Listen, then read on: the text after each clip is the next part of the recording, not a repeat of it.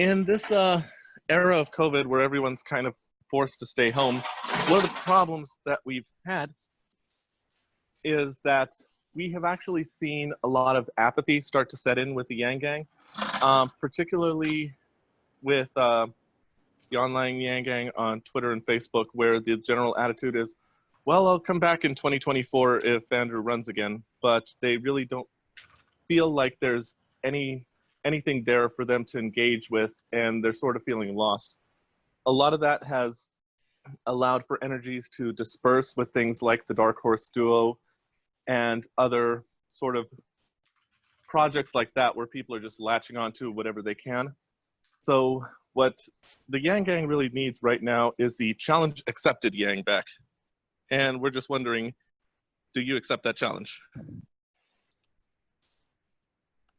Is that question specifically for me, Angela? Yes, it is.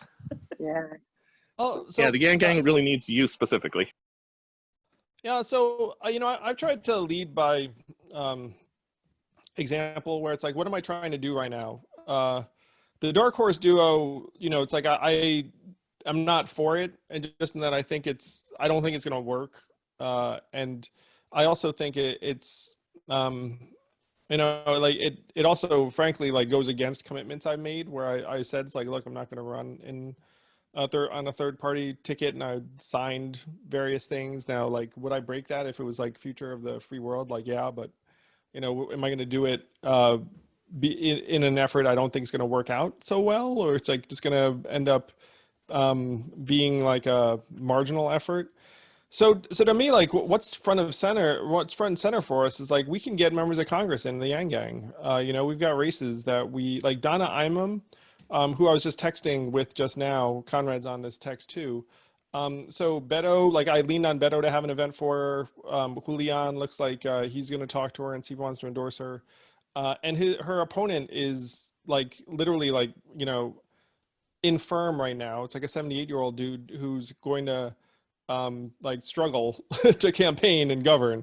It's unfortunate. We have these aging legislators who like are homebound, and because it's COVID, it's like no one really knows what's going on, but like, some of them are struggling at that level. So we could have our own national AOC type figure, homegrown out of the Yang Gang, that is a member of Congress in November, also puts pressure on other members of Congress to embrace our platform.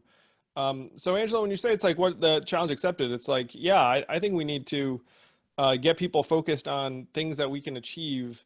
And right now, in my opinion, like, my being president in 2020 is not achievable. I mean, obviously, like, I put my heart and soul into that, but then like there was a period when you say, okay, this is not the most practical way to actually advance our goals.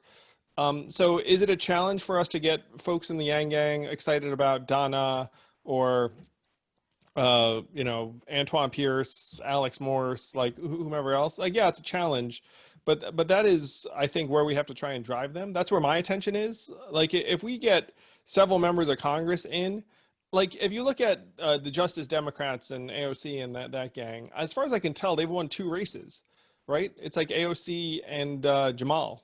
I'm not sure how many other races they've won.